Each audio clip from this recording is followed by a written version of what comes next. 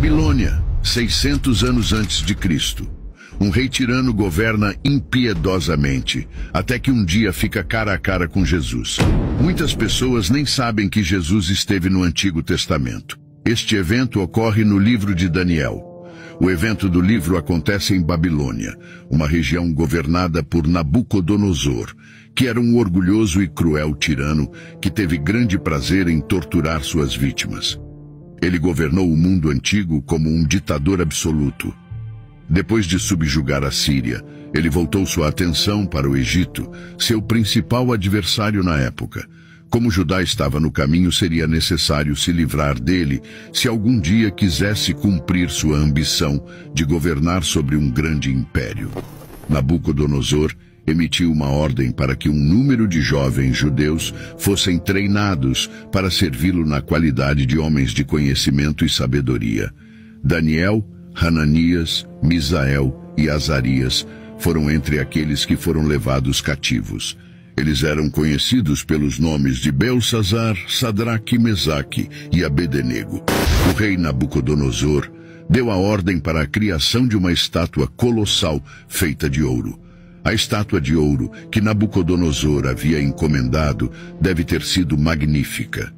Tinha 90 pés de altura.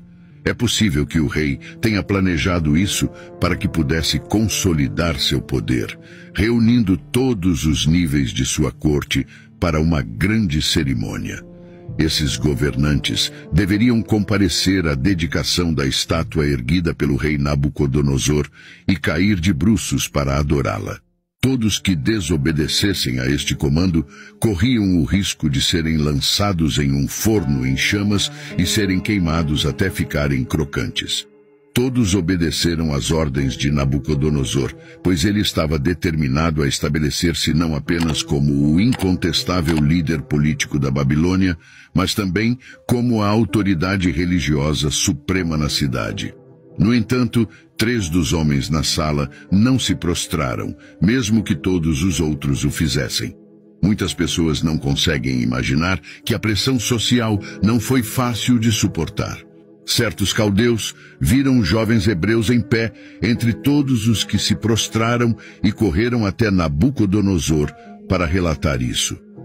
O ciúme escorre de suas acusações contra os 3 judeus que haviam alcançado posições de poder, apesar do cativeiro. Porque sua fé os proibia de adorar qualquer deus que não fosse o verdadeiro Deus de Israel, os pequenos funcionários da corte viram uma oportunidade de eliminar Sadraque, Mesaque e Abednego. E eles não perderam a oportunidade de fazer isso. Quando Nabucodonosor descobriu sobre a situação, ele imediatamente voou para a raiva.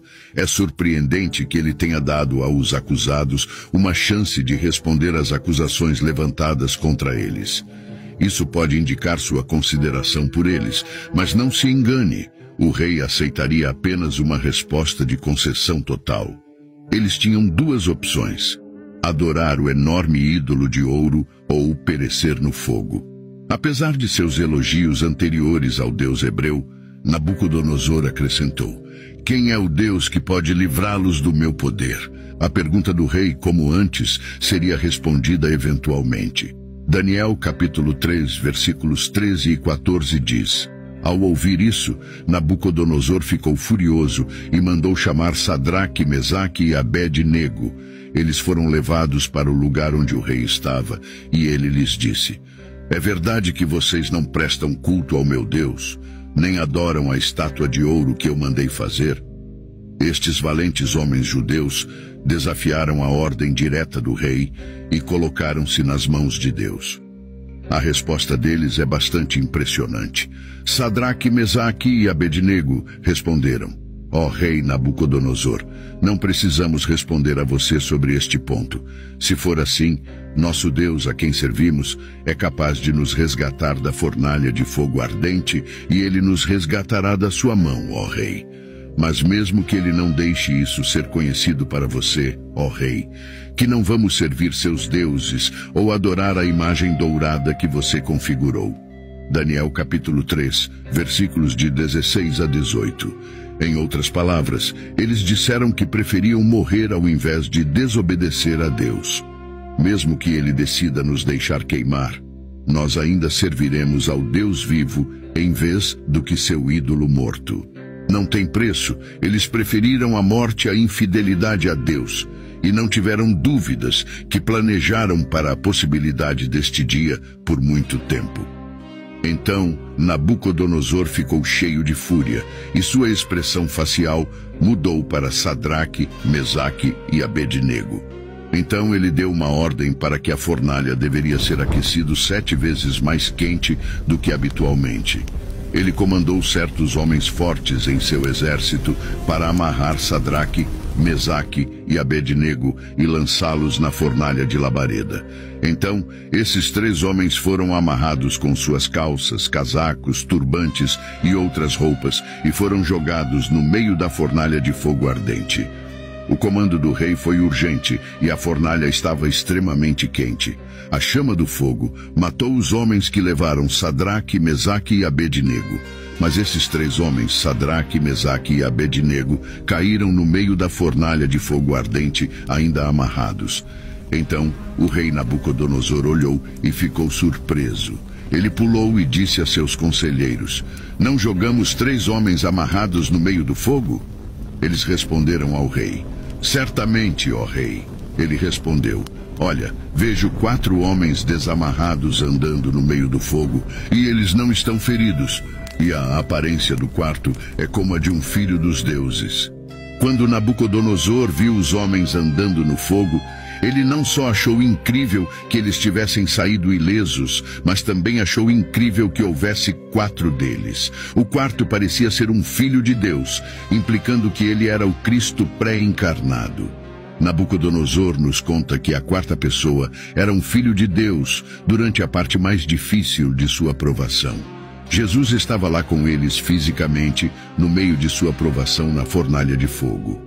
Sadraque, Mesaque e Abednego podem ou não ter tido conhecimento de que o Filho de Deus estava com eles, embora houvesse momentos em que eles estavam conscientes da presença de Jesus em suas aflições.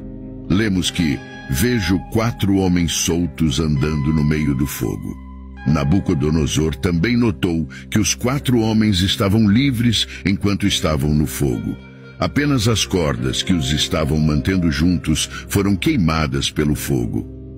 Deus é capaz de surpreender aqueles indivíduos cujos corações estão mais endurecidos, não apenas contra ele, mas também contra seu povo. Aquele que fez a alma pode fazer sua espada aproximar-se dele, até mesmo do maior tirano. A fornalha era grande, de modo que eles tinham espaço para andar. Eles estavam ilesos, de modo que eram capazes de caminhar. Suas mentes estavam tranquilas, de modo que foram capazes de andar como em um paraíso ou jardim de prazer. A resposta para isso é sim. Eles não estavam se esforçando para sair, encontrando-se ilesos. Em vez disso, eles andaram despreocupados no meio das chamas, acreditando que o mesmo Deus que os protegeu no fogo também os livraria dele. Nabucodonosor cometeu o erro de pensar que era o ser mais poderoso do mundo, mas aqui ele conheceu o ser mais poderoso do que ele. Que efeito isso teria sobre ele? Ele ainda tinha confiança para exigir que outros o adorassem, como se ele não tivesse visto nada? Então Nabucodonosor se aproximou da porta da fornalha ardente e disse: Sadraque, Mesaque e Abednego, servos do Deus Altíssimo, saiam daí e venham aqui.